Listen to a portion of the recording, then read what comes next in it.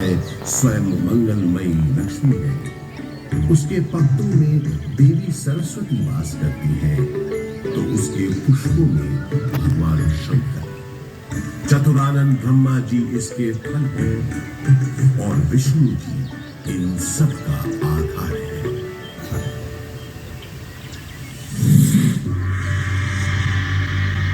गौतम बुद्ध के काल में भी प्रयाग का बड़ा महत्व था। इसका एक बड़ा साक्ष्य है यहां उपस्थित अशोक की डाक। सम्राट अशोक का संदेश तो इस स्तंभ पर अंकित है ही। गुप्त काल के शक्तिशाली राजा समुद्रगुप्त का प्रयाग प्रशस्ति अभिलेख भी इसी स्तंभ पर खुदा है। 16वीं शताब्दी के अंत में सम्राट अशोक का ये स्तंभ उस किले का हिस्सा बन गया जिस किले का निर्माण संगम के किनारे मुगल बादशाह अकबर ने करवाया था। बुद्धं शरणं गच्छामि, धम्मं शरणं गच्छामि, संघं शरणं गच्छामि।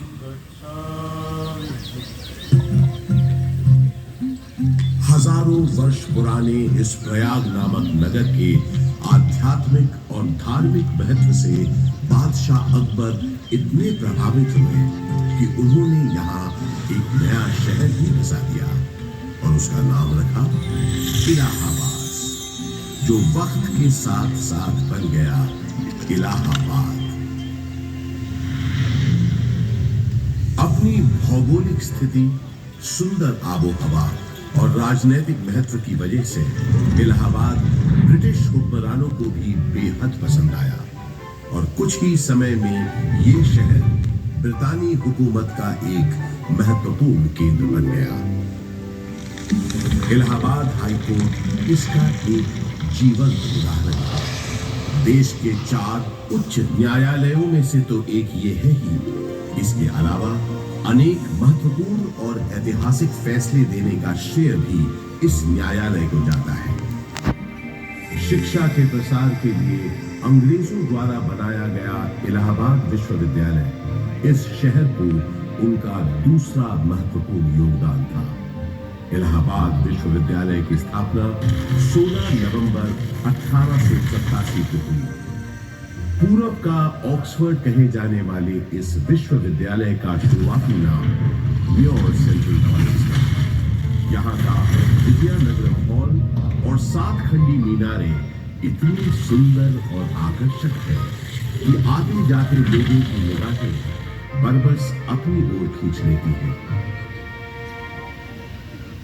20वीं सदी की शुरुआत से ही इलाहाबाद हिंदी साहित्य का एक बहुत बड़ा केंद्र बनकर उभरा। ऐसी ही कुछ प्रसिद्ध शख्सियतों के नाम एकाएक तब याद आते हैं जब इस शहर से जुड़े साहित्यकारों की बात होती है, जैसे हास्य व्यंग के मशहूर शायर अकबर इलाहाबादी साहब, फिराक गोरखपुरी जो उर्दू के जाने माने शायर तो थे ही, अंग्रेजी भाषा के भी प्रकांड पंडित थे, महादेवी वर्मा हिंदी की सशक्त कवियत्री जो आधुनिक मीरा के नाम से भी जानी गई, सुमित्रा नंदन पंत हिंदी साहित्य के छायावादी युग के महत्वपूर्ण स्तंभ, मधुशाला के लेखक और हिंदी साहित्य के पुरोधा कवियों में से एक हरिवंश राय बच्चन और अपने नाम ही के अनुरूप हिंदी भाषा के निराले कवि सूर्यकांत त्रिपाठी निराला, जिनकी ये कविता तो अद्भुत है।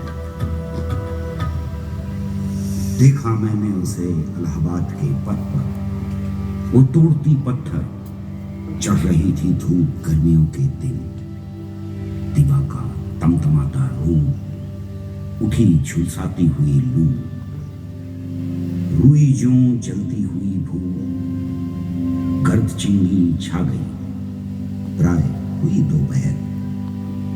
वो तोड़ती पत्थर देखा मैंने उसे इलाहाबाद के पथ पर, देखा मैंने उसे इलाहाबाद के पथ पर। कला और साहित्य के साथ साथ राजनीति का भी खास गढ़ रहा है प्रयागराज। स्वतंत्रता संग्राम के अनेक शूरवीरों और गणमान्य व्यक्तियों का नाता इस शहर से रहा है, जैसे पंडित मोतीलाल नेहरू, राजश्री पुरुषोत्तम दास टंडन, महामना मदन मोहन मालवीय आदि। स्वतंत्र भारत के पहले प्रधानमंत्री पंडित जवाहरलाल नेहरू का जन्म इसी शहर में हुआ था। उनका घर आनंद भवन स्वाधीनता संग्राम की गतिविधियों का एक बड़ा केंद्र था, जिसकी वजह से प्रयागराज भी आजादी की लड़ाई का एक महत्वपूर्ण हिस्सा बन गया। आजादी की बातें करें तो मुझे याद आता है सन 1857 का स्वाधीनता संग्राम, जिसका गवाह मैं खुद रहा हूं। अनेकों भीषण लड़ाइयां मैंने देखी। एक बार तो मुझे लगा था कि बस हमें विदेशी हुकूमत से छुटकारा मिल ही गया, लेकिन इसे बदकिस्मती कहें कि अंत में बाजी पलट गई। परंतु इन युद्ध की वजह से इलाहाबाद एक दिन के लिए ही सही भारत की राजधानी बना। वो दिन था 1 नवंबर 1858। उस दिन प्रयागराज के मिंटो पार्क में एक शाही दरबार लगा था, जिसमें लॉर्ड कैनिंग ने महारानी विक्टोरिया का महत्वपूर्ण घोषणा पत्र पढ़ा। आज 1 नवंबर 1858 के दिन से हिंदुस्तान में ईस्ट इंडिया कंपनी का राज खत्म हो जाए। अब से इंडिया में मलिका विक्टोरिया का राज होगा। ब्रिटिश राज की हुकूमत होगी यहाँ। उस दौर से निकलकर समय के साथ थोड़ा आगे बढ़े तो मुझे याद आता है अपने चारों ओर बाहें फैलाए ये विशाल पार्क, जिसके आंगन में खड़ा मैं आज आपको ये कहानी सुना रहा हूं। बात सन 1870 की है, जब एडिनबर्ग के ड्यूक एल्फ्रेड साहब इलाहाबाद आए थे। उन्होंने यहां आकर 133 एकड़ के इस बड़े से भूखंड पर एक विशाल पार्क का शिलान्यास किया था। उन्हीं के नाम पर तो इस पार्क का नाम पड़ा है एल्फ्रेड पार्क। ब्रितानवी हुक्मरानों ने इस पार्क के भीतर कई एक महत्वपूर्ण इमारतों का भी निर्माण करवाया। अब जैसे कि ये मशहूर गवर्नमेंट पब्लिक लाइब्रेरी, इलाहाबाद के उस जमाने के कमिश्नर फ्रांसिस ऑटवे मेन एक लाइब्रेरी बनवाना चाहते थे, जिसके लिए उन्होंने मशहूर आर्किटेक्ट रिचर्ड रॉस्किल बेन को बुलवाया और कहा, बेन, हमने तुमको बोला था ना, हमको एक लाइब्रेरी बनाने का है। I remember, sir. आपने बताया था आपका डियर फ्रेंड और इलाहाबाद का एक्स कमिश्नर मिस्टर कटबर्ट बेंसले थॉर्नहिल का मेमोरी में आपको एक लाइब्रेरी बनवाना है, राइट? यस, थॉर्नहिल खुद एक बहुत काबिल टाउन प्लानर था। आधा इलाहाबाद उसी ने प्लान किया है। ये लाइब्रेरी उसकी मेमोरी को बिफिटिंग ट्रिब्यूट होना चाहिए। आप बिल्कुल बेफिक्र रहें सर। मेरा दिमाग में स्कॉटिश बैरोनियल रिवाइवल स्टाइल की एक ब्यूटीफुल बिल्डिंग का प्लान है, जो एकदम परफेक्ट होगा ट्रिब्यूट देने के लिए।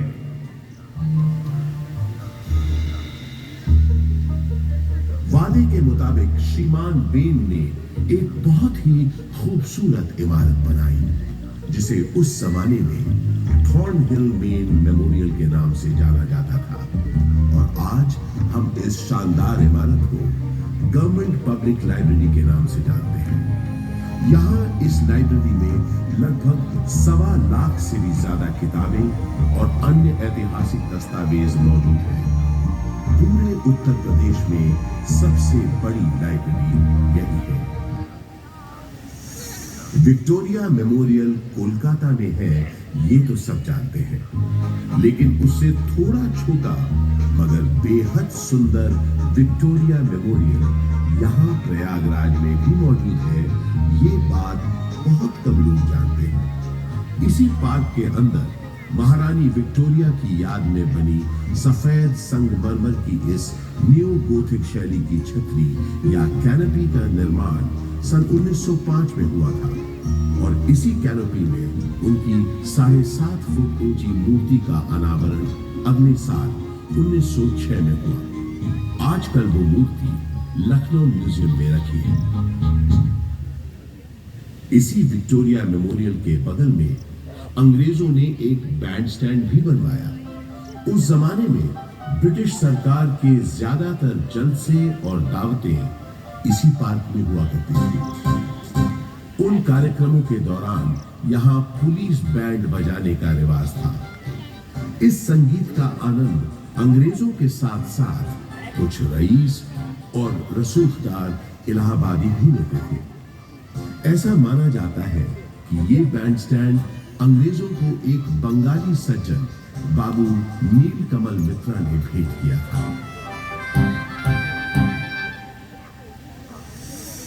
पंडित बृजमोहन व्यास और कुछ अन्य गणमान्य व्यक्तियों के प्रयासों से इलाहाबाद संग्रहालय की एक छोटे से स्तर पर शुरुआत सन 1931 में ही हो गई थी।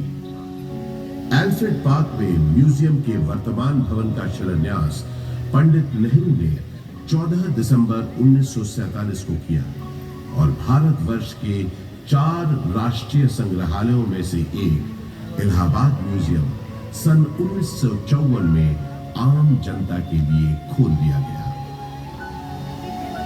यहाँ पुरातन शिल्प कृतियां, प्राचीन पाषाण प्रतिमाएं, कांसे की दुर्लभ वस्तुओं और पांडुलिपियों के अलावा 75,000 से अधिक कलाकृतियों का एक विशिष्ट संग्रह है। वास्तुकला के इन धरोहरों और अद्वितीय संग्रहालय के अलावा ये पार्क एक ऐसे स्वतंत्रता सेनानी के नाम के साथ भी जुड़ा है जो कभी फिरंगियों के हाथ न आया और हमेशा आजाद ही रहा। वो महान स्वतंत्रता सेनानी थे चंद्रशेखर आजाद। भारत के स्वतंत्रता संग्राम में इनका अभूतपूर्व योगदान रहा है। मशहूर क्रांतिकारी दल हिंदुस्तान रिपब्लिक एसोसिएशन को हिंदुस्तान सोशलिस्ट रिपब्लिक एसोसिएशन के नाम से न सिर्फ उन्होंने पुनर्गठित किया बल्कि भगत सिंह, राम प्रसाद बिस्मिल, अशफाक उल्लाह खान जैसे अनेक क्रांतिकारियों को उसमें शामिल भी किया। सन 1931 में चंद्रशेखर आजाद एक खुफिया और बेहद महत्वपूर्ण काम के लिए इलाहाबाद आए और 27 फरवरी के दिन उन्होंने अपनी पार्टी के एक सदस्य सुखदेव राज से इसी एल्फ्रेड पार्क में गुप्त मीटिंग की योजना बनाई। किसी भेदिए ने यह सूचना British police officer mister Lord Bower को दे दी। Hello, CID in charge, not Baba this side. DSP Thakur Vishweshwar Singh से बात कर रहा हूँ। Urgent matter है। सलाम साहब, डीएसपी सिंह बोल रहा हूँ। Singh, these armed सिपाही लेकर एल्फ्रेड पार्क के पास मिलो फौरन। आपका मतलब कंपनी का? Yes, कंपनी बात। Questions पूछ के टाइम मत वेस्ट करो। जल्दी करो। इस गद्दारी से बेखबर आजाद कंपनी बाग पहुंच चुके थे और पार्क में छुपे हुए थे। सुखदेव राज भी इलाहाबाद में अपने छुपने के ठिकाने से निकलकर उनसे मिलने तयशुदा जगह पर पहुंच गए। आजाद कहीं दिख नहीं रहे थे। सुखदेव ने उन्हें ढूंढना शुरू किया और आखिर वो दोनों मिल गए। गुरुजी, गुरुजी, गुरुजी। सुखदेव, किसी ने तुम्हारा पीछा तो नहीं किया? आप निश्चिंत रहे गुरुजी, मैंने यहाँ आते वक्त पूरी सावधानी बरती है। शाबाश सुखदेव, शाबाश। मैंने तुम्हें यहाँ बहुत जरूरी मंत्रणा के लिए बुलाया है। जी बताइए।